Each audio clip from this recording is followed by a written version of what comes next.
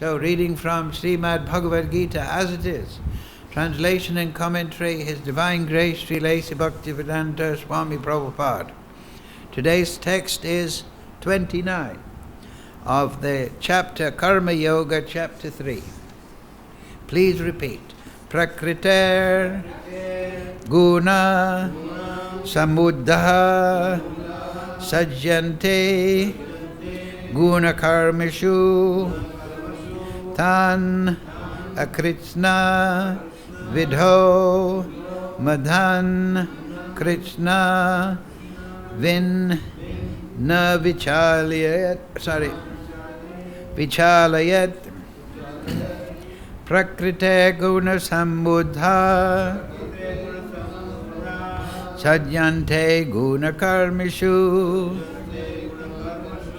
Tanna Krishna Vido Madhyan Krishna Vinna Vichalayat Prakrite Guna Sambuddha Sajjante Guna Karmishu Tanna Krishna Vido Madhan Krishna Vinna Vichalayat Prakrite Guna Sambuddha Sajjante Guna Karmasu Tanna Krishna Vido Madhan Krishna Vinna Vichalayat. Okay. Prakrite Guna Sambuddha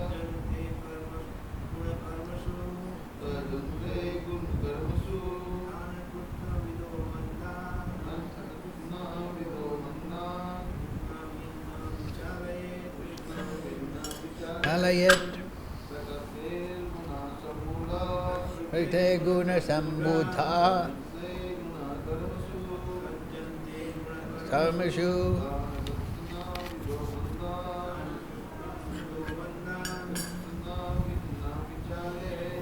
Namama Vidalayat Prakrite Guna Sambuddha Sajjante Guna Karmashu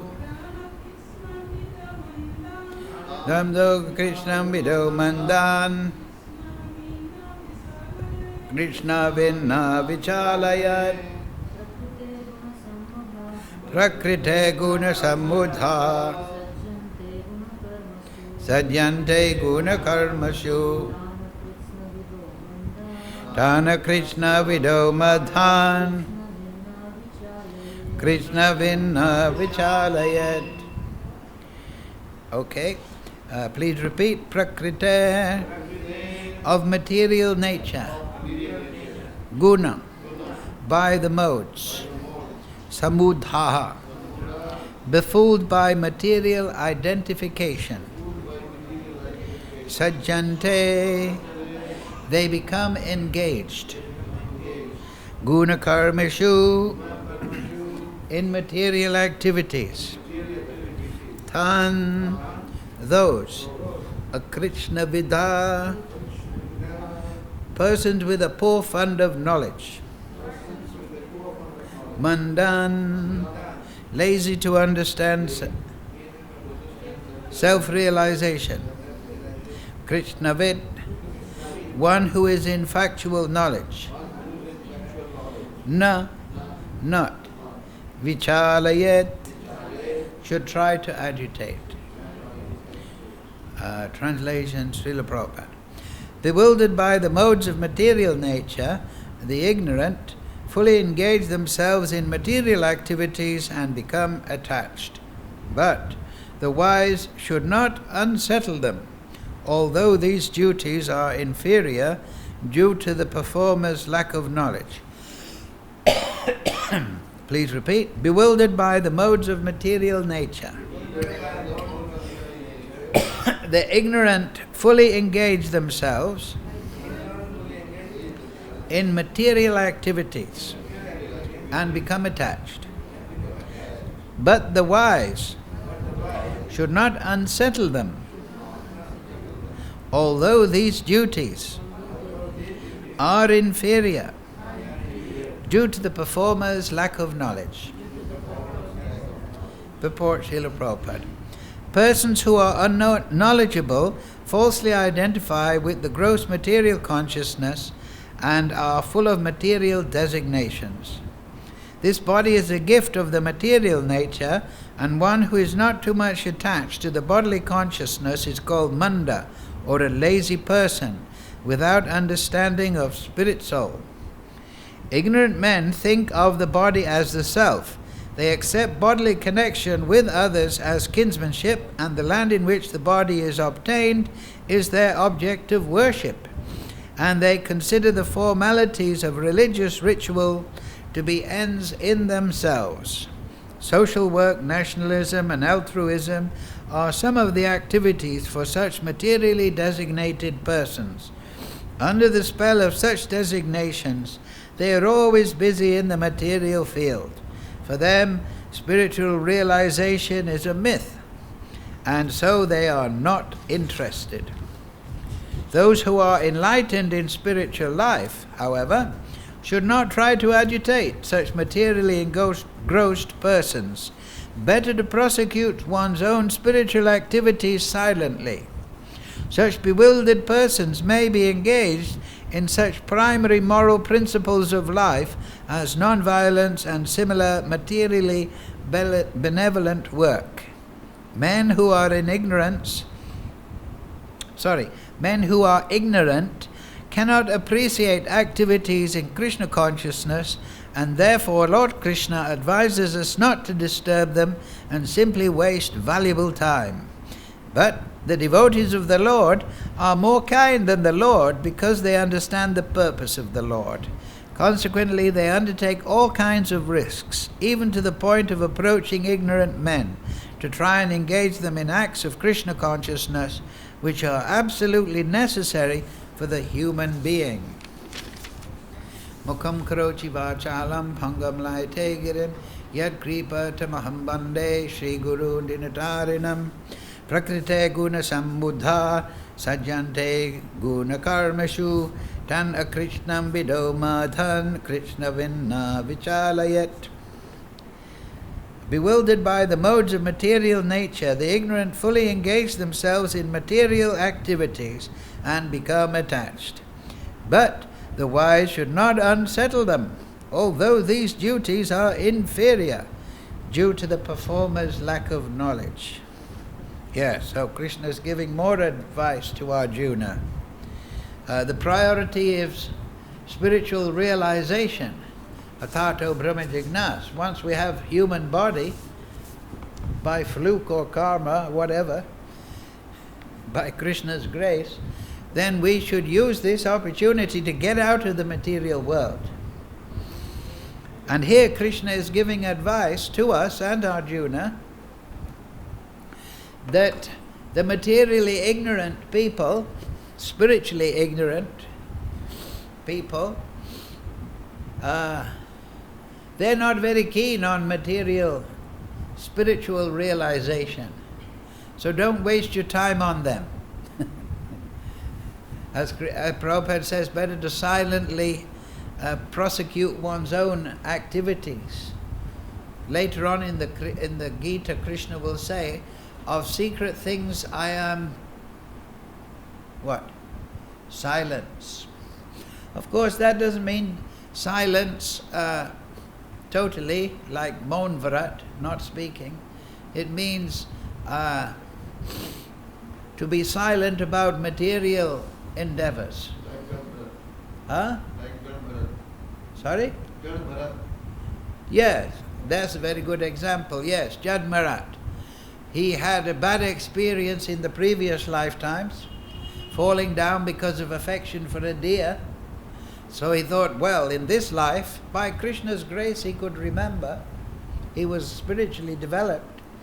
He fell down from the borderline of bhava bhakti. So that is very advanced stage, bhava bhakti. That means substantive emotion. So yes, he fell down, But because of his spiritual advancement and the mercy of Krishna, he could remember. So in his next life, he kept very quiet. And they thought he was Jad. Jad means dull. This is called the Jad energy, the Jada material energy also. This is, of course, this is Vrindavan, so the spiritual energy is parading as material, but in the material world proper, that is the dull energy. So in one, there's a, I think it's in a purport here. Yes, the previous purport. The knower of the absolute truth is convinced of his awkward position in material association. So Krishna, Prabhupada is saying that awkward position. We're in this dull material energy, it's a very awkward position.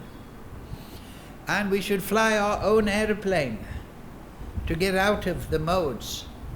That is our first responsibility. So Krishna is saying here, the materially engrossed, don't waste your time on them. Better to do your things very expertly and get out of the material world. That's the priority. But then Krishna, Prabhupada, in the last paragraph, as you remember, Mataji is nodding, yes.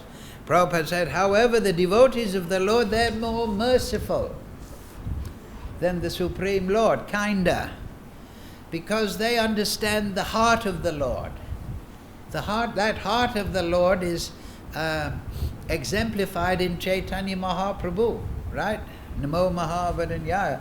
Actually, when he, it's a very interesting point if you think about it, when Krishna takes on Radha Bhav, he becomes a better person in one way.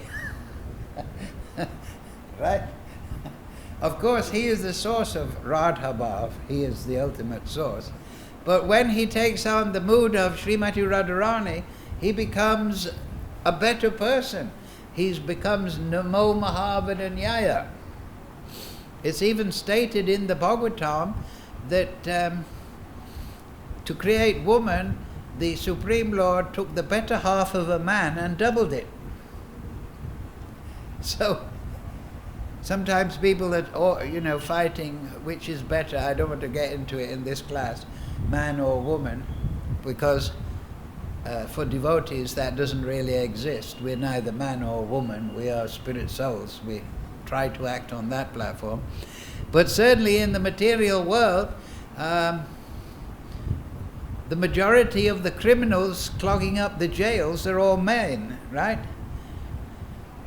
The majority of cheating politicians are men. All the murderers, I don't know what the proportion is, but you can be quite sure that the thieves and rogues and rascals and the people fighting drunken on Saturday night, so on and so forth, they are men. And we all know that the child, when they have problem, they run to mummy, to the mother. So,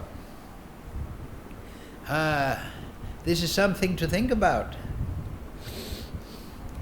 That women in the material world, though there is criticism, generally they have a better character and they have more empathy, more sympathy than the men. So anyway, this is exemplified, this is not empty words or politically motivated, because we see when the Supreme Lord takes on Radha Bhav, the Swarup Shakti, the supreme feminine energy, he becomes Namo Mahavadanyaya. He gives away Krishna Prem very widely and easily. So that's what Prabhupada is referring to, that in Krishna's heart, it is the source of Radha Bhav in one sense, because Krishna is the source of everything. But as the Supreme Lord, he has to maintain a certain impartiality, particularly in the material situation, in his expansion as Paramatma. In one purport in the Ishopanishad, Prabhupada says, the impersonal activities of the Lord. So yes, Paramatma is an impersonal activity in one sense, because he just gives everyone the fruit of their activities in the material world, and he fulfills their desires. Of course, he also gives conscience, right? The criminal, he's doing things at night, he's, thieving at night, he's trying to get away with it, he knows he's doing a bad thing. What is that? That's conscience. Of course, the psychopath has no conscience. He's become so sinful that the super soul is just letting him go to hell. But generally, the Supreme Lord is compassionate upon all living entities. But he is, as stated in the Shastra, he knows no one but his devotees, and his devotees know no one but him. Of course, Krishna knows everything, but this is a statement of rasa, a relationship, that the Supreme Lord is particularly attentive to his devotees. And he is not particularly attentive to those who have turned their back on him, right? This is logical and sensible.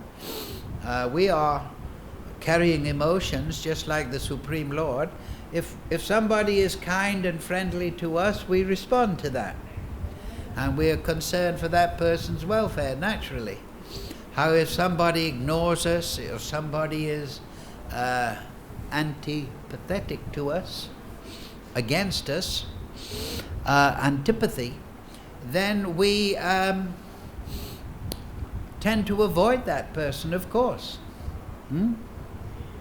So this is the material world. There is a mixture of devotees and non-devotees, but the non-devotees are in the vast majority. So therefore Krishna says, asat sangi chagi, give up non-devotional association. But the devotees, strengthened by devotional association, they go out and they try to give mercy to the spirit souls. And so the devotee, Majjhimadikari, Kanishtadikari is not really a devotee, he's Prakrita Bhakta. He has no knowledge, so he doesn't know what pure bhakti is. He doesn't know how to cultivate it. But the Majjhimadikari is advised to see 4 categories. And that is, he should worship the Supreme Lord, perform bhajan. One devotee once asked me, he said, what is the benefit of performing Govardhan Parikram? So I said, the benefit is that Govardhan is pleased. Like, that is pure devotion. Bhajan means that. It means just to please Krishna, Krishna's devotees, and that in itself is the goal. Right? Just like it's sometimes said, the benefit of following Ekadashi is the remembrance of Krishna. So, yes, but the real the benefit is that we please the Supreme Lord. So that's bhajan. When we perform bhajan, Krishna bhajan, this is the first category, we just want to please Krishna. So why do we remember Krishna when we perform Ekadashi? Why is that benefit coming to us? It comes to us because Krishna remembers us. We become on his radar, if you like, modern expression, right? He is thinking about us. Oh, this devotee is very nice. He followed Ekadashi as best he could. He chanted extra rounds, so on. So then he remembers us. I know nobody but my devotees, and my devotees. What is that? Know nothing but me. What is that verse? Sadhunam hridayam tvaham sadhunam. Right? I am the devotees are in my heart, and I am the heart of the devotees. So when Krishna is pleased with a devotee, he remembers that devotee. Just in the same way, when we're pleased with somebody who helps us, we become well disposed. We think about that person in a positive light, right? So Krishna, when we perform Ekadashi nicely, he remembers us nicely. And as a result, we remember him. So that is bhajan. That is Krishna bhajan. Performing the devotional activities under the direction of the spiritual master for the pleasure of Krishna and Krishna's devotee. It's as simple as that. And pure devotee means that. He doesn't go around Govardhan thinking, oh, maybe I'll get a lot of cash next week. He thinks, no, let me please Giriraj. Let me go to Mangalarti to please Giriraj. Let me chant my rounds to please spiritual master and Krishna. And that's it. What they provide in return, we don't care about that. Leave that up to Krishna. That is pure bhakti. Anukulyena. Just being favorable to Krishna. So the Madhyamadikari, the beginning devotee, immediate devotee, is advised like that, to perform Krishna bhajan and understand it properly. That is Abhideya Tattva. Sambandha Gyan means knowledge. That takes you out of Kanishta platform, ignorant, and attached, as it says in this sloka. They're materially ignorant, they're lazy, manda, they have no knowledge, they're attached to rituals and material designations, as you remember. But the devotee is freed from that by knowledge. So he's coming out of anartha. Anartha nivritti is coming. Sometimes people think anartha nivritti means I'm celibate, I don't eat anything but vegetarian food. No. There's so many people who are celibate in the material world, who are vegan, who only eat chickpeas once a week or something, and they are not becoming Krishna conscious. Become Krishna conscious through what Krishna is giving to Arjuna, spiritual knowledge. You come out of anartha nivritti by spiritual knowledge. Jnane priyashanam upa. That's one of the prayers of Lord Brahma. Stani shrutikatan tanuva manobir. That whatever situation you're in, you just hear about Krishna and offer your obeisances to those narrations. And that will lift you out of all material designations and ignorance. And then you can perform bhajan, Abhideya. After Sambandha Tattva, Abhideya Tattva, Govinda is the deity. Then you just please Krishna, and then Govinda, he pleases in response. You get pleasure. Because Krishna is pleased, so you feel pleased. It's reciprocal. But you're not searching for that pleasure. I go down Govardhan so that Govardhan is pleased. So, that is first category for the Madhyamadikari. And then Bhakta Mitra, he should make friends with the devotees. Should have friendly dealings with devotees. Right? That is the predominant mood. The devotee wants to be friendly, particularly to other devotees. Yes, we have social etiquette. This person joined half an hour before me. This person took Diksha before me. But that is only superficial. The real thing should be friendly dealings. Everyone should be friends. Friends means a certain equality. Because ultimately we're all spirit souls, and we're all equal in that way, and we're all sadhakas, we're all trying to come out of the material energy. We're convinced of our awkward position. Very nicely put, awkward position, Prabhupada says. So we should be friendly and supportive. And patient with one another. Not expecting everyone to be perfect in every way. We all get in, because of past conditioning, we all make mistakes. But everyone is trying, so we should encourage each other in that direction by friendship. If you don't have friends, life is a very difficult place, is it not?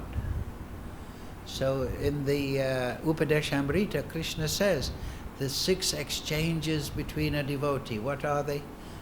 Revealing one's mind in confidence, offering prasadam. What is the other one? Yeah, dadati pratikarana. Yes. So what are the 6? Huh? The 6, giving and accepting gifts. Yes.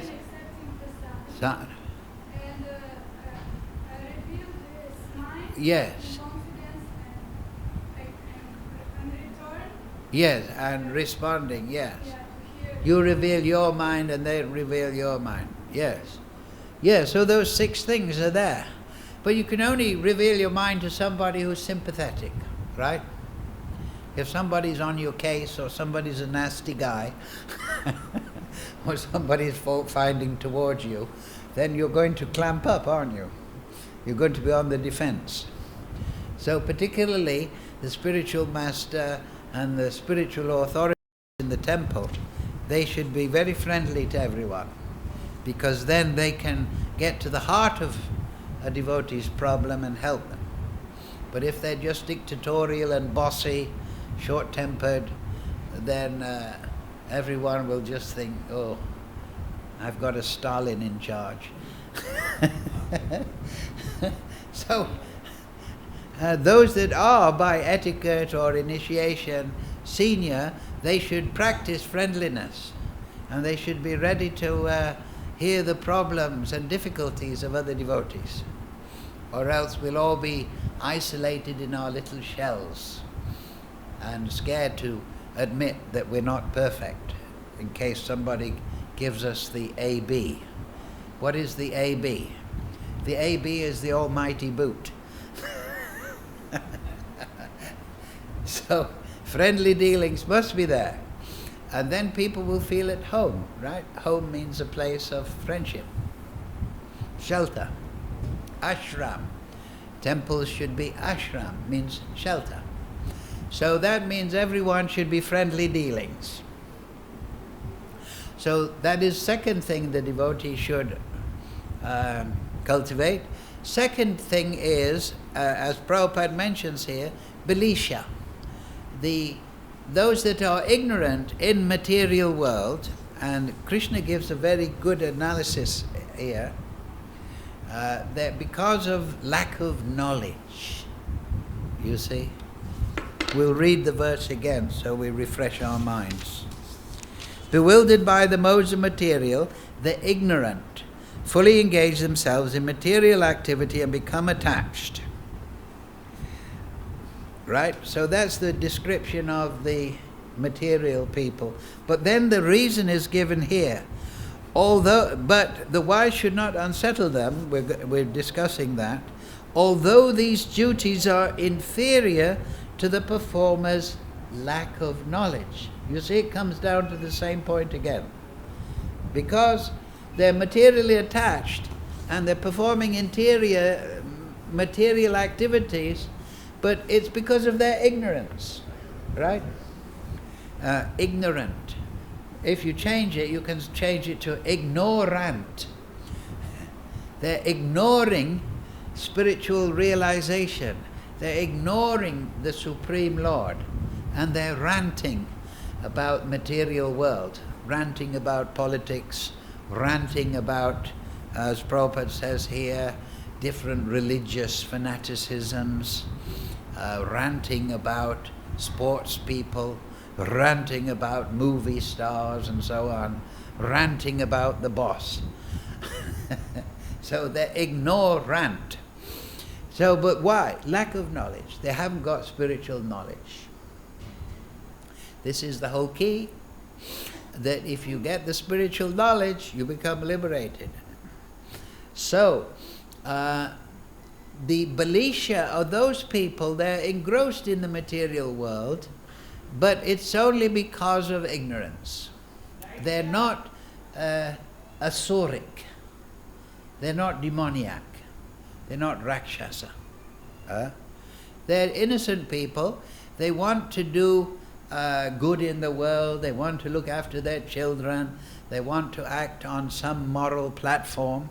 And Prabhupada says that don't discourage that, but encourage them. And therefore Prabhupada, when he met somebody that was into Christianity or Muslim or a Jewish person, whatever, he'd say, yes, you're in this religion, then become a good Christian. Become a good Catholic. Become a good Jew. Become a good Muslim. And in that way, develop some morality. So that is better than just saying, oh, your religion is man-made and it's full of mistakes and bad ideas. Better just give it up, because that will leave them without any standing. They haven't come to the point, through knowledge, of understanding yoga or spiritual realization, union with the transcendental platform. In this age is best achieved by what? Hare Krishna, Krishna Krishna, Hare Hare, Hare Ram, Ram Ram, Hare Hare. So better to just encourage them. Better to just keep them going in that way and try to get them to chant. So this is Prabhupada's tactic. But there again, often Prabhupada did say that this is just man-made religion. And as it says here in the purport, they're just full of material designations, social work, nationalism, altruism. And so these are materially good, but they're not spiritual. And the aim of life is to come out of just becoming good or bad, but to become transcendently attached to Krishna. So the materially attached should not be discouraged from this work. So the Belisha, or the ignorant people, rather they should be encouraged, and then they should be encouraged to work in the spirit of devotion. Okay, keep with your family and your work and your altruistic activities, but add Krishna consciousness. Do it for Krishna. Right? Of course, ultimately the best process of Krishna consciousness is to become absorbed in bhakti-yoga proper. Shravanam, Kirtanam, Vishnu, Smaranam, Pada, Sevanam, Archanam, Vandanam, Dasyam, Sakyam, Atma, Nivedanam, Nava, Vida Bhakti. So you're all devotees, you understand that. But at the same time, people can't just give up their material entanglement, usually, and just jump into that. So better to say they just, okay, come to the temple and hear about Krishna, take up chanting, become a vegetarian, go to church, do good work, and they'll progress from that point. So that category is the third category that the Majjhima Adhikari is supposed to look at.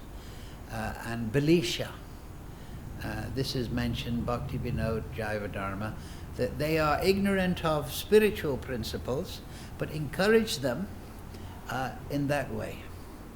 So then the fourth category that the Majjhima Adhikari should take care towards is the asuric, or the demoniac.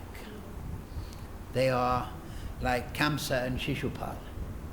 They hate the idea of God, or they're fearful of the idea. Shishupal was hateful towards Krishna, envious, and Kamsa was fearful.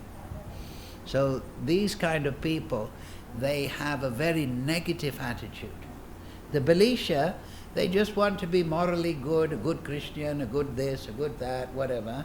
They don't have much knowledge, they become attached. It's inferior work, as Krishna says, but they're not against these spiritual people. They just don't see the need for it. They think, oh, better to just do my work in a nice way, and that will please God, and then I'll go to heaven perhaps, and like that. They have some vague ideas. But the Asura, often, they hate the idea of God and spiritual people, and they want to make trouble. And they are in two categories. In the 7th canto, the asura is the person who's very attached to material sensuality. They want to, this is Rajagun, they want to enjoy wine, women and song in a very extensive way. They don't want to put any limits. They take drugs to enhance the enjoyment, so on and so forth. So they're asuric, they're demoniac. But then the Rakshasa is in Tamagun. Tamagun means his enjoyment is not just in sensuality, but being in the big man, being in control. Like we've seen in Kali Yuga, right? Some communist leaders like Stalin and Pol Pot, and these are extreme cases, Mao Zedong, they kill literally millions and millions of their own people just to make some utopian communist society. And they became so mad and paranoid, they lost all sense of guilt, and they were ready to kill quotas. If you study the history of communism, it's a very terrible thing. Some of them killed, like Pol Pot is reckoned to have killed 1/3 of the Cambodian people. If you wore glasses, or you were a taxi driver, and you knew a little foreign language from driving the tourists around, then you were considered polluted. And Stalin had quotas, and they were knocking down churches and killing people and doing anything. Stalin and the communists, when they took over, if somebody was good looking or a woman had fine features, they were considered aristocratic and they should be put to death because they looked intellectual or something. Complete madness. So this is the Rakshasa. They want to kill their way to perfection, but they only create destruction. So these kind of people, those that are overly attached to sensuality and therefore fearful, oh, don't talk to me about God. When we die, it's all over, and then we're going to just fade into the darkness. So until then, beg, borrow or steal and get ghee, Charvaka Muni's philosophy. Until then, just enjoy your senses. And if you can get away with it, you can get away with it. Like that. So those kind of people, and then the Rakshasas, they actually may have some conception that there is a supreme power or a supreme person, but they think they can kill that person, like Hiranyakashipu, like these. They think they can kill God. They're so mad and bewildered. So those people, the 4th category, upeksha. One should be neutral to them. One shouldn't try to give them spiritual knowledge or encouragement, because they will relish trying to turn you from your spiritual path. So those 4 categories are there for the Madhyamadikari. Bhajan towards Krishna and Krishna's devotees, friendship with devotees, Balisha, the 3rd category, those that are relatively innocent just because of lack of knowledge, give them spiritual knowledge. And the Rakshasa, Asuric type that are exaggeratedly sinful and against God, avoid them and just be neutral. Don't make friendship with them, don't agitate them. So Krishna is saying like that, na vijalatet. What's the exact Sanskrit? Yeah, na vichalayet. The Krishnavin, those without spiritual knowledge, he says. So the Balisha are in that category, but Prabhupada says in the purport, and we're all here because of that benefit. We didn't have any spiritual knowledge when we met Prabhupada. We may have had some interest, but Prabhupada, he came and gave us spiritual knowledge at great risk He doesn't mention himself in the purport, right? What does he say exactly? Men who are ignorant cannot appreciate activities, don't disturb them, but devotees are more kind than the Lord because they understand the purpose of the Lord. Yeah, so that Krishna, out of his affection for the devotees, says don't disturb those that are not interested in spiritual life. But the devotees know through their intimacy with the Supreme Lord that the Supreme Lord still has compassion, because the bond between the spirit soul and the Supreme Lord is a family bond. Just like your mother and your father, you're always their son, you're always their daughter, you always have that bond. Even if you may be not a good son or a good daughter, there's still that bond. So that's a material example. So Krishna, he has a good disposition to all living entities, even if they're Kamsa or Hiranyakashipu, or followers, like Putana. So Puta represents the false guru. Krishna purified Putana and made her into situated in Vatsalya Bhav.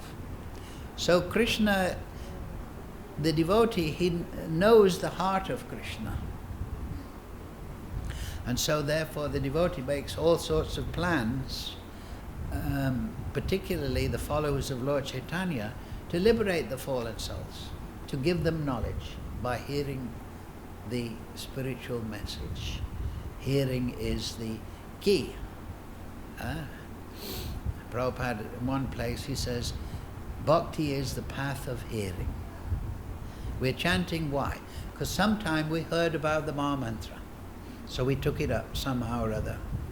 And when we chant, we hear. So this verse is very instructive, but I just want to, before we finish, like we were discussing last week, in the how Krishna is now revealing himself. In the earlier part of this chapter, Krishna was saying, if you should perform your works for Vishnu. But now in the very next sloka, which Bhuvaneshwar will discuss tomorrow, you see this, it's number 30.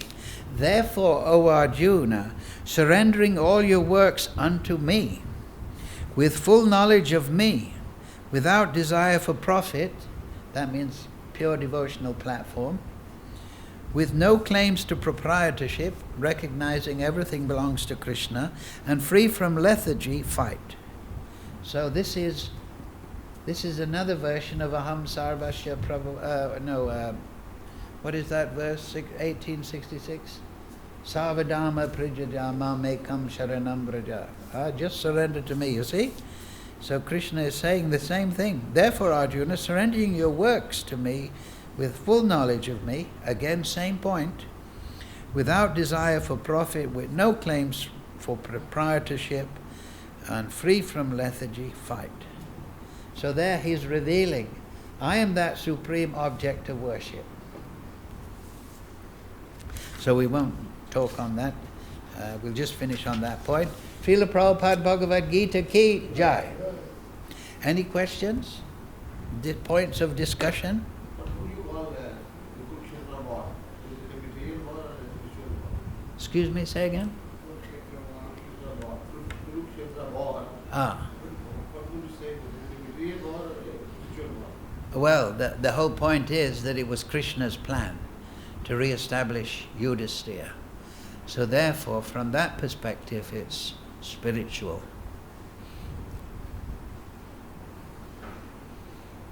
Dharma Kshetra, Kurukshetra. It's a holy place, Kurukshetra. I've been there a number of times.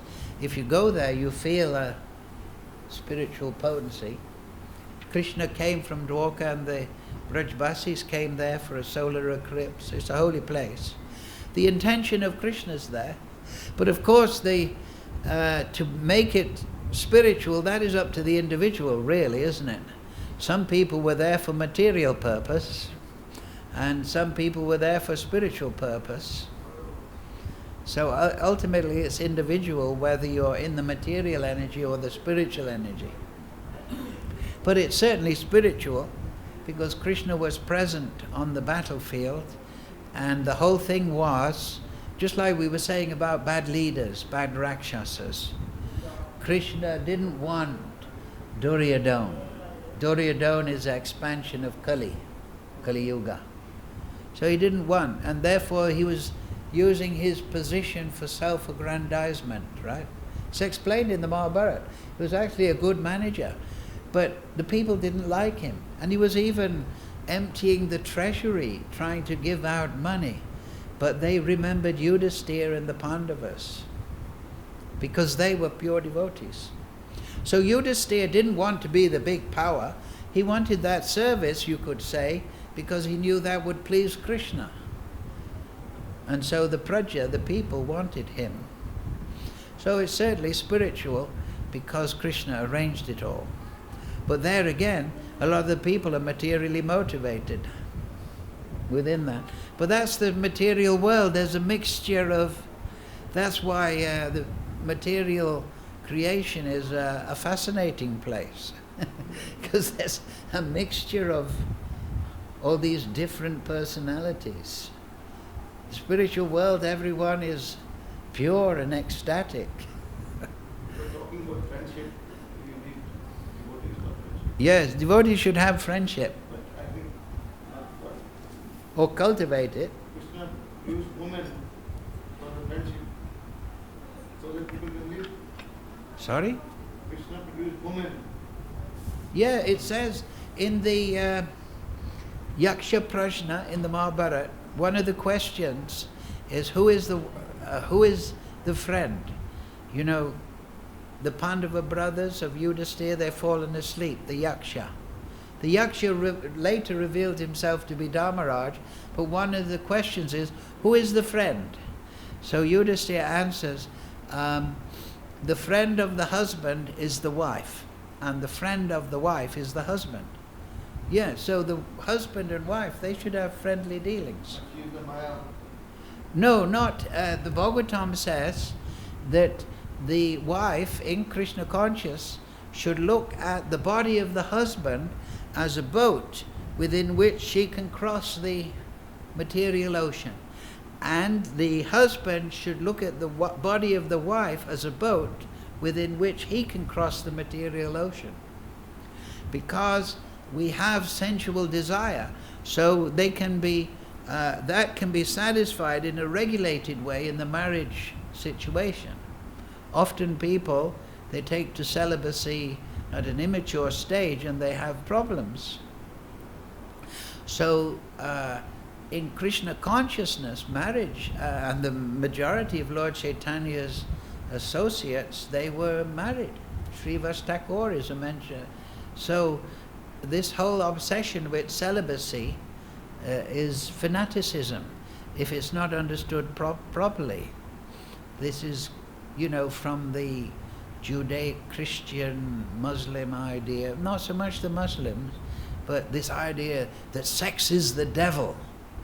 That is not in Krishna consciousness. Krishna says in the Gita, I am sex life according to regulative principles. Most of the shlokas, Prabhupada says sex is the... Where does Prabhupada say that? You have to show me one. If most of the slokas, You have to leave the sex activity. You have to leave God. well, I've just given you quotes from the Gita where Krishna says, sex life according to regulative principles. I am that. Everything is Krishna, but in the material world it should be regulated so that we don't become entrapped in it. I think that's what you're talking about. If somebody is, just like I said, if somebody is overly attached to sex life in an unregulated way, then you'll be born in the material world. Maybe as a monkey, then you're going to have 100 wives or something. Or a pigeon or something. Prabhupada talks about pigeons. So, but sex life is not forbidden in Krishna consciousness. Where does Prabhupada say that? only should be within marriage. And therefore we find in all religious systems actually there is some form of marriage. Yes. How did you come into being? Yes. How did you come into being? Into being. How did you exist? That's Sex. So that means you're bad? Sex is not bad. That's how you're sitting there. What's bad is a perverted reflection of sex. Say again what you're saying. I think I have to read the things again and try and come on to you, Prabhupada. Now this is very good. I was just reading in the last few days the Bhagavad-Gita. And before, Narada's going to the different devotees. And so he's just going to the Pandavas. I'm up to that section. And so before going to the Pandavas, he's with the Hanuman, who's a great celibate. Narada Muni is a great celibate. But Hanuman is saying, oh, I haven't got the mercy of the Lord. You go to the Pandavas. So the Pandavas are in a royal household. They have a beautiful wife, Draupadi, as beautiful as Lakshmi Devi, practically speaking. And so, but still they're great devotees. So, and they had children, right? The Pandavas had children. So even a great pure devotee, he can produce children. But Siddhanta also said that the thought of sex, I will spit on it. No, that's Yamuna Acharya. That's Yamuna Acharya. Yeah. Yeah. I read to you the pure sex philosophy that Prabhupada gives. He gave a 2-hour lecture on pure sex philosophy. And you were here, but you forgot. It was a nice conversation between Rameshwar and Prabhupada on the train to the Lava. You've got it? Yeah. And you've got Have a, I must see it. and they talk about, he takes the view, Rameshwar, of the Christian priest, saying that Krishna is just a sex god. Yeah, then. And then Prabhupada defeats every argument that Rameshwar is. It's a very interesting conversation. He's playing the devil's And advocate. it's called pure sex philosophy. There's absolutely nothing wrong with sex. If you can produce an Einstein, then you should have sex 1,000 times. Well, I don't know if Einstein is under duress at the moment. Did you know that in the physics world? But anyway, I know the point. But actually, now that you mentioned that, Srila Bhakti Siddhanta did say, if I could produce Krishna-conscious children, I would have 100. Yeah. He did say that. And he was a nice, sticky brahmachari. Also, another thing, he was once asked, Srila Bhakti Siddhanta, why are you against family life? I've read this in the Conversations, the harmonist. And Srila Bhakti Siddhanta immediately answered, we're not against family life. We want to be part of Krishna's family.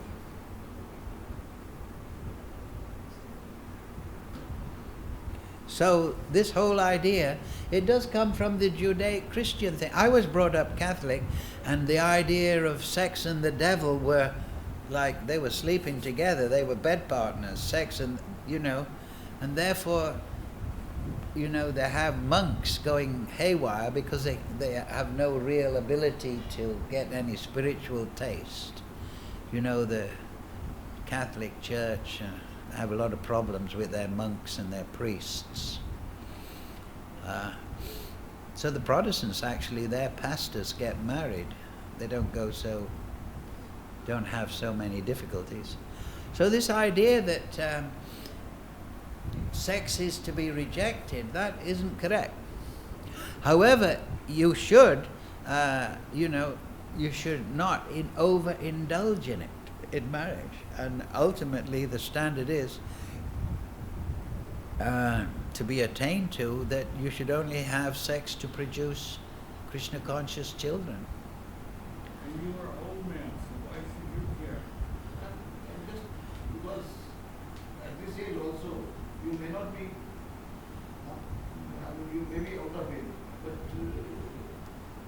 somewhere in the dreams, somewhere you always get it on. Prabhupada says that comes and goes. Yeah. Like an itch, you have an itch, but you don't have to itch 24 hours. Yeah. So it Well, comes and actually, it's very good what you said, because look, it says here, this is the very last, because after this section, then it gets into you've got to do the duty, and then Krishna explains. No, Arjuna asks, why don't people perform their duty? And then the answer is Kama, Raja, that it is lust only, Arjuna, born out of the mode of passion that distracts people. That point is correct, but lust, you wanting to do lust doesn't go. yes, but wait, this is the sloka now. At the end of the chapter, it's number 43, I think. 41. No, 43. Yeah, 43. Anyway, Krishna says, thus knowing oneself to be transcendental to the material senses, mind and intelligence, through knowledge, O mighty armed Arjuna, one should steady the mind by spiritual intelligence, and thus by spiritual strength conquer this insatiable enemy known as lust. So the antidote for, excessive sex life is to know that through spiritual knowledge that you're not the body. So then you can tolerate. If you have knowledge, gives detachment. Jnana Vairagya. So through spiritual knowledge, you're able to tolerate the sex urge. But usually for a young man, young lady, they should get married and engage in regulated sex life. But for you and I, like you're very honest, you sometimes dream is there. But so this is how you can not be agitated excessively by it. You just think, well, I'm transcendental through spiritual knowledge. I'm not this body, so let me chant. Let me read the Shastra. Let me turn to Krishna rather than trying to satisfy. You see? So that, of course, takes some determination. Yeah, deliberate spiritual intelligence. But we shouldn't become neurotic. If we have problems, we shouldn't. We know the pure devotees like Hanuman and Narada Muni and the Pandavas. We know, and Srila Prabhupada and the great acharyas. We know that they're in prem bhakti. But if we're not like that, and we're having agitation, we should just, tolerate. And we shouldn't become neurotic, thinking, oh, I'm still troubled and he's troubled. You understand? We should just think, let me carry on. Huh? You understand? Excuse me. The way Prabhupada taught us in Los Angeles, we have 40 women in our temple. We should look at every woman as Krishna's husband. So that cures the lust. Intellectually, you understand that this woman doesn't belong to you, so you cannot enjoy her because she belongs to Krishna. And we never had a sex scandal while I was there.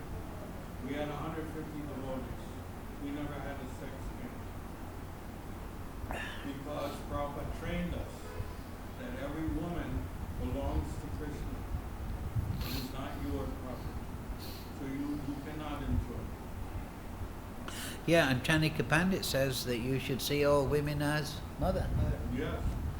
It says that a learned man sees three things: all women as mother, others people's property as garbage, and then oh, he sees.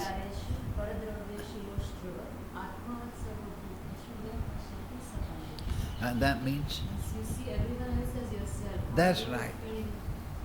Treat others as you wish to be treated yourself, right? So that's right. And then? Further, they should treat others' property as stones or pebbles, and you treat every woman as a mother. Yes, and that's right. Other property like garbage in the street. 3 things. Yeah, so because you see, if you follow that, then you get the spiritual taste. But as soon as you start making offenses, you lose spiritual taste. And because we are pleasure seeking, then we tend to go back to the material taste, you see. So also we have to be careful about offenses to devotees, to the deities, to the Dham. And we have to maintain a spiritual taste through our chanting, through association, through study of the Shastra. Like now we're all getting some taste, discussing what Prabhupada taught, what Krishna did. So that helps to placate the material agitation. What is that? Rasaham apsakunteya? Right? No.